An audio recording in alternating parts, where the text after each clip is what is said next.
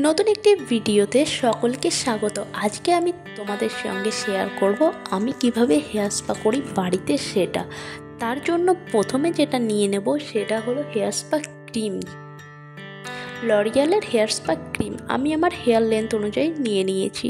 আর তারপরে দেখো hydrating booster, যেটা আমার হেয়ারটাকে হাইড্রেট করবে, এটা আমি পুরোটাই নিয়ে নেব। তারপর নিচ্ছি হেয়ার সিরাম, এটা আমি স্ট্রিক্সের নিচ্ছি, তোমরা যে কোনো ব্র্যান্ডের নিতে পারো 1 চামচ মতো।